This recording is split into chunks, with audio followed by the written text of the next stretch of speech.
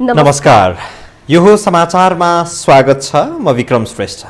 म अपेक्षा तिमिल सेना। सुरु गरौं अहिलेसम्मका प्रमुख समाचारबाट।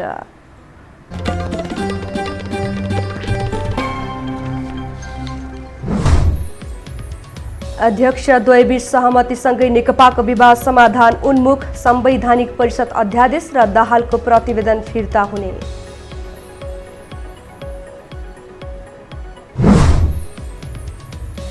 राजनीतिप्रति मोह नछाड्दा निरन्तर विवादमा पर्दै राष्ट्रपति, पूर्व पार्टीप्रतिको आसक्तिले गरिमा घटाएको विश्लेषकहरूको भनाई। तत्काल संसद अधिवेशन बोलाउन प्रतिपक्ष कांग्रेसको माग, सरकारका पछिल्ला कदमले लोकतन्त्र नै धरापमा परेको निष्कर्ष।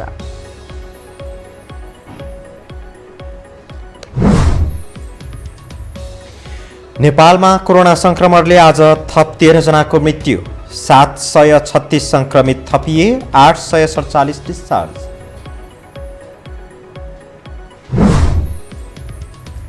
र आइसिसीद्वारा विश्वकप लिगको तालिका पुनः सार्वजनिक, नेपालले आगामी मार्चमा ओमान र अमेरिकासँग 1 दिवसीय सिरिज खेल्ने।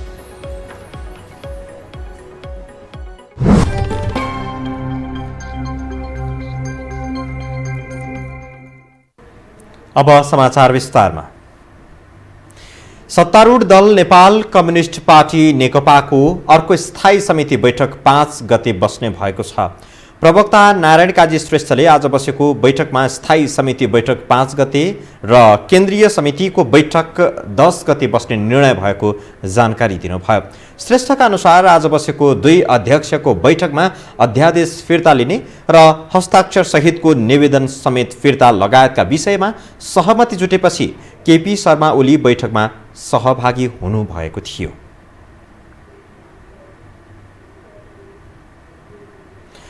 कोरोना भाइरस संक्रमणको कहरका बीच सत्तारूढ नेकपाको किचोलोका कारण सरकारका काम कारबाही नै प्रभावित भइरहेको भन्दै आलोचना हुने गरेको छ। तर आज अपराह्न 2 अध्यक्षबीच भएको भनिएको सहमतिले नेकपाको विवादलाई मत्थर पार्ने अनुमान गरिएको छ। एक रिपोर्ट। परामर्श बिनै अध्यादेश ल्याएको भन्दै पार्टीभित्रबाटै चर्को विरोध भएपछि अन्ततः प्रधानमन्त्री केपी शर्मा ओली अध्यादेश फिर्ता गर्न सहमत भए।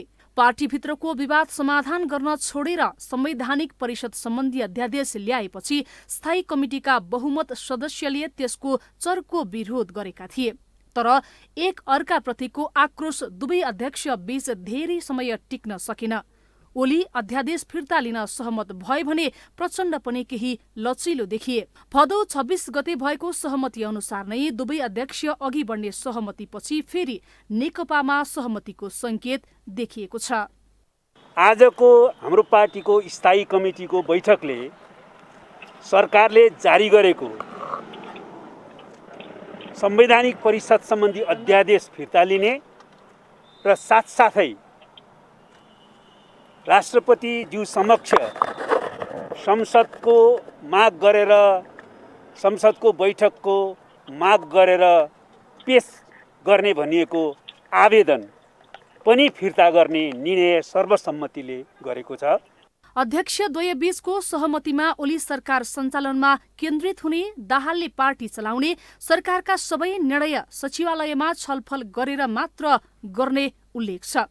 आज फेरि त्यही सहमति बिउताएर अध्यक्ष द्वय सहमतिको बिन्दु नजिक पुगेका छन्। ओली र दाहाल बीच पार्टीभित्रको विवाद अन्त्यका लागि फेरि बुधबार नाटकीय ढंगले 4 बुँदे सहमति भएको हो। भदौ 26 गतेको सहमति अनुसार नै अघि बढ्ने साथै प्रचण्डको आरोप पत्र र ओलीको जवाफी पत्र फिर्ता हुने, संवैधानिक परिषद सम्बन्धी अध्यादेश फिर्ता गर्ने विषयमा अध्यक्ष द्वयबीच पुनः सहमति भएको छ। आजको बैठकमा हाम्रो पार्टीका श्रद्धेय अध्यक्ष एवं सम्माननीय प्रधानमन्त्रीज्यूले हिजोको संवैधानिक परिषदको बैठकमा संवैधानिक नियुक्तिका लागि सिफारिस सम्बन्धी कुनै निर्णय नभएको पनि जानकारी गराउनु भएको छ। पछिल्लो समय ओली प्रचण्डको घर झगडा परालको आगो जस्तो देखिएको छ। आफ्नो स्वार्थपूर्तिका लागि पार्टीभित्र र सरकार सञ्चालनमा समेत रडाको मचाएर एक अर्काप्रति द्वेषको दूरी बढाएर नेताहरूले सत्ता र शक्तिको फोहोरी खेल खेलेका छन्।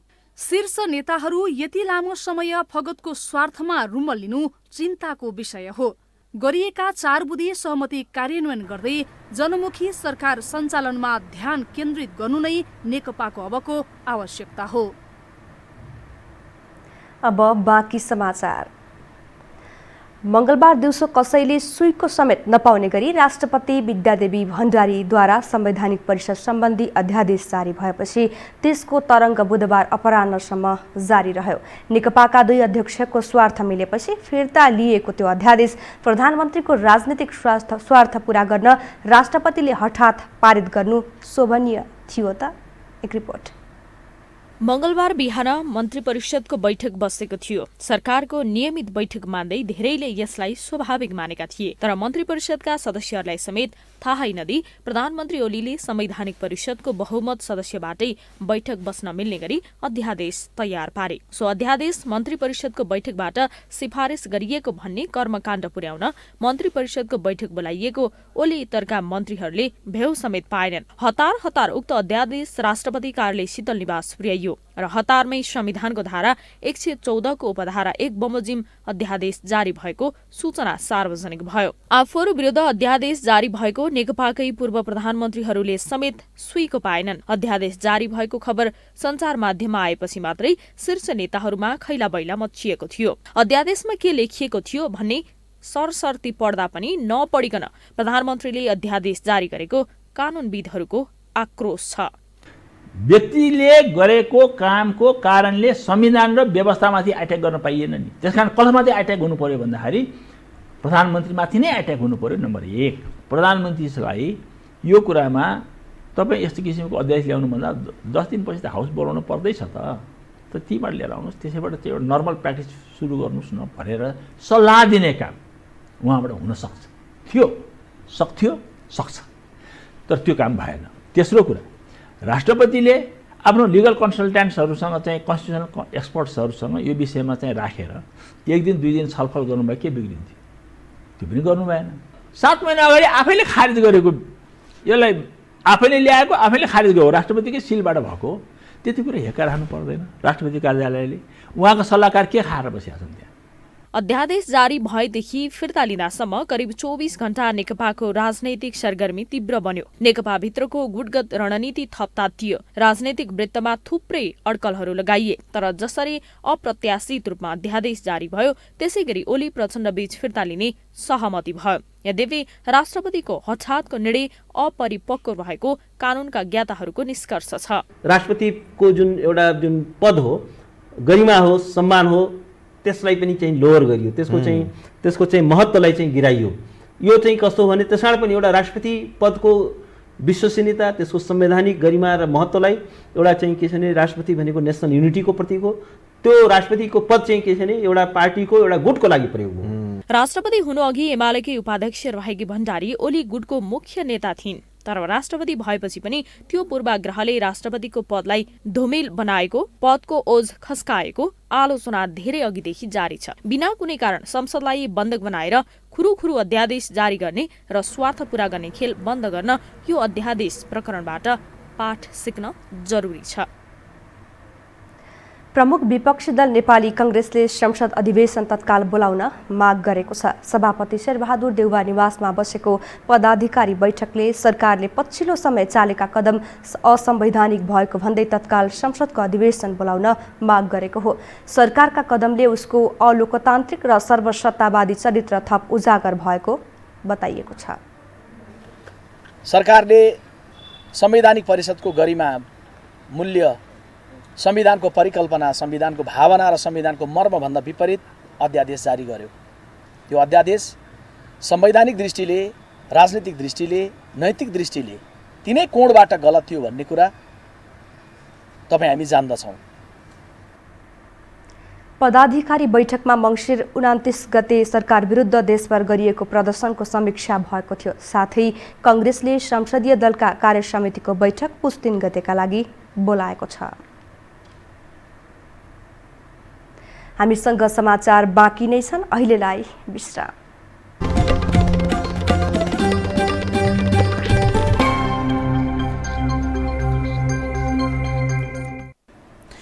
विश्रामपछि पुनः स्वागत छ। अब बाँकी समाचार। नेपालमा कोरोना भाइरस संक्रमणले थप 13 जनाको मृत्यु भएको छ। यससँगै संक्रमणका कारण ज्यान गुमाउनेको संख्या 1743 पुगेको छ। स्वास्थ्य मन्त्रालयका अनुसार आज देशभर 736 संक्रमित थपिएका छन्। 5555 जनाको PCR गर्दा यो संख्यामा संक्रमण पुष्टि भएको हो। यीमध्ये काठमाडौँ उपत्यकाका 391 जना रहेका छन्। काठमाडौँका 297, ललितपुरका 77 र भक्तपुरका 20 जनालाई संक्रमण देखिएको हो। आज देशभर 847 जना संक्रमण मुक्त भएका छन्। मन्त्रालयका अनुसार आइसोलेसनमा 9757 संक्रमित रहेका छन्। 279 जना आइसियुमा र 59 जना भेन्टिलेटरमा उपचार गराइरहेका छन्।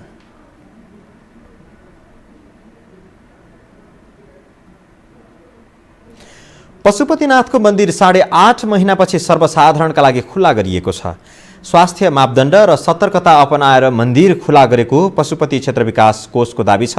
लामो समयपछि आराध्यदेव शिवको दर्शन गर्न पाउँदा श्रद्धालु पनि खुसी देखिएका छन्। एक रिपोर्ट।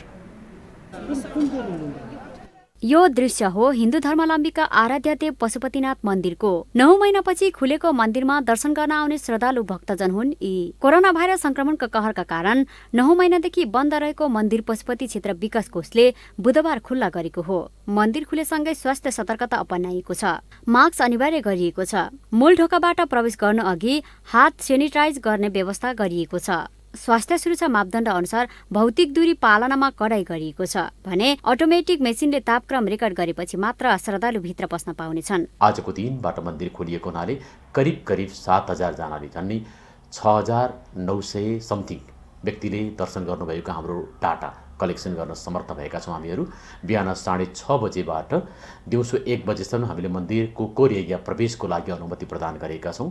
2 बजेसम्म दर्शन हुनेछ। 2 बजेपछि भगवानको पनि विश्रामको टाइम भएको हुनाले हामीले दर्शन गराउँदैनौँ। आराध्यदेव पशुपतिनाथको दर्शन गर्न श्रद्धालु बुधबार बिहानै मन्दिर पुगेका थिए। चिसोको प्रभाव नगरी कोषको नियम पालना गर्दै उनीहरू लाइनमा बसेका देखिन्थे। लामो समयपछि पशुपतिनाथको दर्शन गर्न पाउँदा श्रद्धालु निकै खुसी छन्। भन्दा पनि धेरै नै अब व्यवस्था पनि भइरहेछ, राम्रो छ।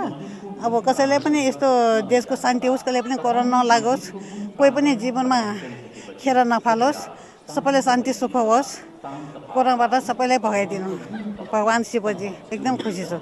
मेरो राष्ट्रदेव, हाम्रो राष्ट्रदेव, आराध्य देव, सबैको देव, यो दर्शन आज खुलेको दिन दर्शन नगरिकन म हिँडेँ भने म नेपाल आमाको सपुत होइन भन्ने मैले ठहर गरेर यहाँ पस्न आएँ। धन्यवाद। मलाई खुसी लागेको छ, आत्मा खुसी, एकदम राम्रो लागेको छ मलाई। भगवानको कृपाले आइयो, राम्रो भेटियो, भगवानको दर्शन गर्न पाइयो। एकदम खुसी लागेको छ। एकदम आत्मैदेखि कस्तो खुसी लागेको छ। कोरोना भाइरस संक्रमणका कारण सरकारले गत चैत 11 गते लकडाउन गरेसँगै मन्दिरमा भक्तजनलाई प्रवेश निषेध गरिएको थियो। पशुपतिनाथ मन्दिर भक्तजनका लागि खुल्ला गरिए पनि रसिद काटेर गरिने विशेष पूजा गर्न भने पाइने छैन। कोरोना संक्रमणका कारण 9 महिनादेखि बन्द रहेको पशुपति मन्दिरनाथ आजबाट खुल्ला गरिएको छ। पशुपति विकास कोषले विभिन्न स्वास्थ्य मापदण्ड अपनाएर दर्शनार्थीहरूको लागि पशुपति मन्दिरनाथ आजदेखि खुल्ला गरिएको हो। यसरी पशुपति मन्दिरमा दर्शन गर्न पाउँदा दर्शनार्थीहरू पनि खुसी भएका छन्। तर अझै पनि कोरोना संक्रमण नियन्त्रण नभइसकेको कारणले गर्दा दर्शनार्थीहरूले सतर्कता अपनाएर दर्शन गर्न आवश्यक छ। यो हो टेलिभिजनका लागि क्यामेरामा श्री श्रेष्ठका साथमा लीलामाया ठटाल, पशुपति, काठमाडौँ। अब बाँकी समाचार। अपाङ्गता भएका धादिङ गजुरी स्थित सेती पुलका एक जोडी अलपत्र परेका छन्। अन्तर्जातीय बिहे गरेको बहानामा उनीहरू घरबाट त निकालिए नै सडकमा पुगेका उनीहरूको हक अधिकारका लागि स्थानीय तहले समेत चासो देखाएको छैन। एक रिपोर्ट। धादिङ सिद्धलेक गाउँपालिका वडा नम्बर 5 घर भएका नारायण श्रेष्ठ र सोही गाउँकी रिमेकी बिक एक अर्कालाई औधी मन पराउँथे। माया झाङ्गिएपछि उनीहरू एक अर्का बिना बाँच्नै नसक्ने भए। फरक शारीरिक क्षमता भएको यो जोडीले बिहे गर्ने निर्णय लियो, तर उनीहरूको प्रेम सम्बन्धलाई परिवारले स्वीकार गरेन, यतिसम्म कि उनीहरूलाई घरबाटै निकालिदियो। सँगै बाँच्ने सँगै मर्ने कसम खाइसकेका नारायण र रिमेकी घरबाट निस्के। घरबाट निस्केपछि उनीहरू जहाँ जे पाइन्छ त्यही खाने र जे मिल्छ त्यही काम गर्न थाले। यसरी कति दिन चल्थ्यो र अहिले यो जोडीको सडकको बास भएको छ। उनीहरू गजुरी गाउँपालिका स्थित पृथ्वी राजमार्गमा पर्ने ऋषेश्वर मन्दिरको पार्टीमा रात बिताउँछन्। सडकमा भेटिने प्लास्टिक संकलन गरी बेचेको पैसा र कसैले दया गरी एक छाक खाना दिएको भरमा यो जोडीले प्राण धान्दै आएको छ। काम नपाएको र कसैको मन नपग्लिएको दिन त भोकै रात बिताउनु पर्छ। एक्लै हुने कारण किन ऊ सर्किनु पर्यो, म न्यायको छोडो परि ऊ सर्किनु पर्यो, म न्यायको छोडो परि। म बात गाउँदै बाहुन सरल मान्छे, म उसलाई ल्याएको कारणले म आज म एक्लो भएँ। मेरो घर न थर चतराको बास चतरामा पनि बस्न नपाउने स्थिति आई। किन ऊ सर्किनु पर्यो, म न्यायको छ, तर काटे त एउटै रगत हो नि त। यो जोडीले स्थानीय तहमा पुगेर आफ्नो व्यथा नसुनाएका होइनन्। वडा अध्यक्षले काम गरेर खान सक्छस् भन्ने जवाब दिएको उनको गुनासो छ, तर वडा कार्यालयले अन्तर्जातीय विवाहपछि घरबाट निकालिएको विषयमा जानकारी नभएको बताएको छ। चिकित्सकले फरक शारीरिक क्षमता भएको प्रमाणित गरे अपाङ्गताको परिचय पत्र दिने वडा अध्यक्ष दिलबहादुर घलेको भनाइ छ। कुनै व्यक्ति कुनै वार्डको कुनै साथीहरू गाउँले जनताहरू अपाङ्ग भएर घरमै बसेछ भने हामी रातो कार्ड हामी घरमै पुर्याउन जान्छौँ। त्यो पनि अध्यक्षले कार्ड दिन्छ होइन, यसरी बुझ्नुहोस्, अध्यक्षले सिफारिस दिने हो। डाक्टरको सिफारिसको आधारमा मापदण्डको आधारमा बल्ल कार्ड दिने हो। अभावै अभावका बीच पनि नारायण र रिमेकीले एक अर्कालाई दिएको साथ भने अनुकरणीय छ। नारायणलाई पीडा हुँदा रिमेकीलाई पनि दुख्छ, रिमेकीलाई केही हुँदा नारायणलाई पनि पीडा हुन्छ। उनीहरू हरेक दुःखका साक्षी भएका छन्। क्यामेरामा सुसन अधिकारीको साथमा विकास रोनियार, धादिङ। अब आर्थिक समाचार।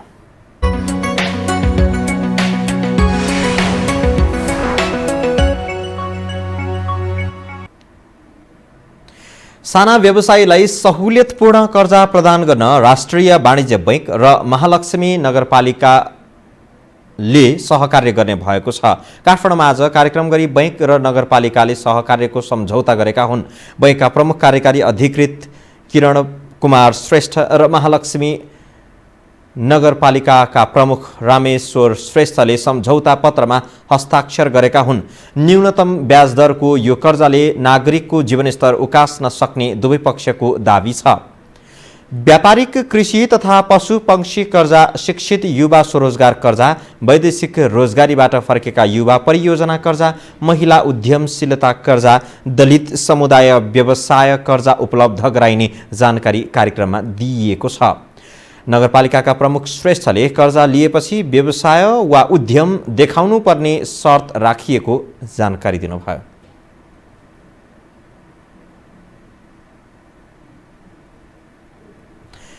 हामीसँग अन्तर्राष्ट्रिय र खेल समाचार बाँकी नै छन्, अहिलेलाई विश्राम।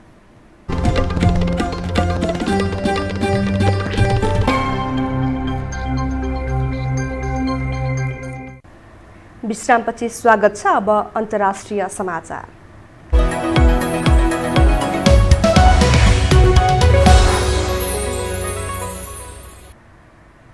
अमेरिकी राष्ट्रपति चुनावको परिणाम सिनेट रिपब्लिकनका नेताले स्वीकार गरेका छन्।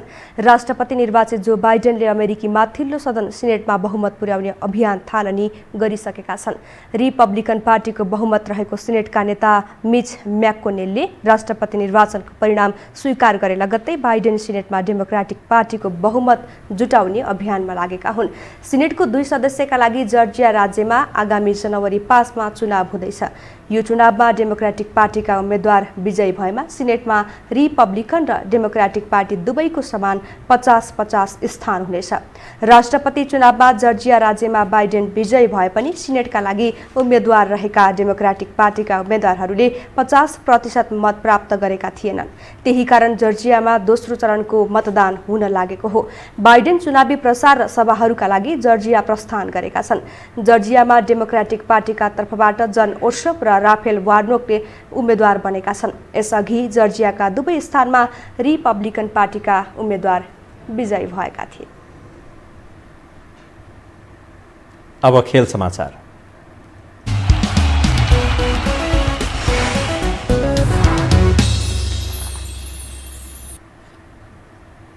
नेपालले सन् 2021 को मार्चमा ओमान र अमेरिकासँग एक दिवसीय सिरिज खेल्ने भएको छ। आइसिसी क्रिकेट विश्वकप लिग 2 अन्तर्गत दोस्रो सिरिजमा नेपालले ओमान र अमेरिकासँग एक दिवसीय सिरिज खेल्ने भएको हो। कोरोना महामारीको कारण स्थगित भएको क्रिकेट विश्वकप लिग 2 को तालिका आइसिसीले पुनः सार्वजनिक गरेको छ। तालिका अनुसार नेपालले मार्च 19 देखि 28 सम्म ओमान र अमेरिकासँग एक दिवसीय सिरिज खेल्नेछ। यस्तै सन् 2022 को फेब्रुअरीमा नेपालले घरेलु मैदानमा पिएनजी र युएईलाई आतिथ्यता प्रदान गर्नेछ। यसअघि नेपालले सन् 2021 जुलाईमा स्कटल्यान्डमा नामिबियासँग सिरिज खेल्नेछ। सन् 2022 को जुलाईमा नेपाल अमेरिकाको भ्रमणमा निस्कनेछ, जहाँ नेपालले अमेरिका र ओमानको सामना गर्नेछ। सन् 2022 को सेप्टेम्बर 22 देखि अक्टोबर 2 सम्म पिएनजीमा नेपालले खेल्नेछ।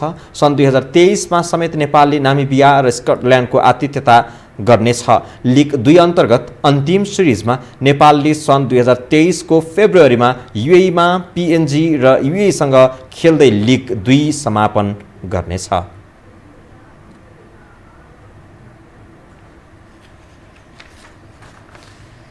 यससँगै हामी यो समाचारको अन्त्यमा आइपुगेका छौँ। जाँदा जाँदै प्रमुख समाचार पुनः एकपटक।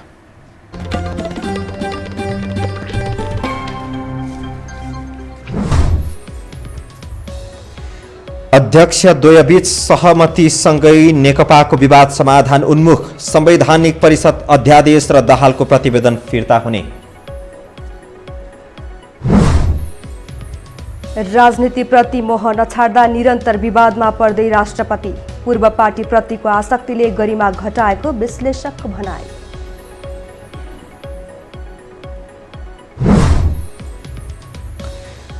तत्काल संसद अधिवेशन बोलाउन प्रतिपक्षी कांग्रेसको माग, सरकारका पछिल्ला कदमले लोकतन्त्र नै धरापमा परेको निष्कर्ष।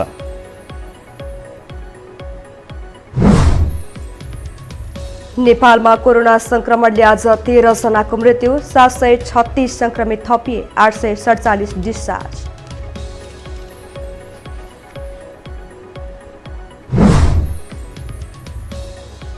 र आइसिसीद्वारा विश्वकप लिगको तालिका पुनः सार्वजनिक, नेपालले आगामी मार्चमा ओमान र अमेरिकासँग एक दिवसीय सिरिज खेल्ने।